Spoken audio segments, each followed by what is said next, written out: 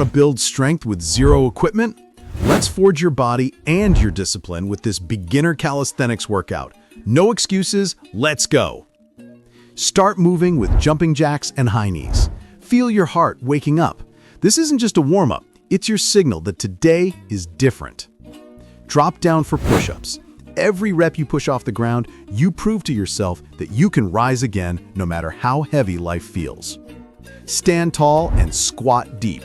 Each squat is a choice, to sit back down in comfort or stand up stronger than before. Now hold the plank. This is where the mind wants to quit. Breathe. Stay locked in. Discipline is forged here, in the stillness. Step into lunges. Controlled, balanced, powerful. One step at a time. That's how strength, growth, and confidence are built. Drive into mountain climbers. Push forward like you're chasing the strongest version of yourself. Faster, stronger, unstoppable. And that's your workout.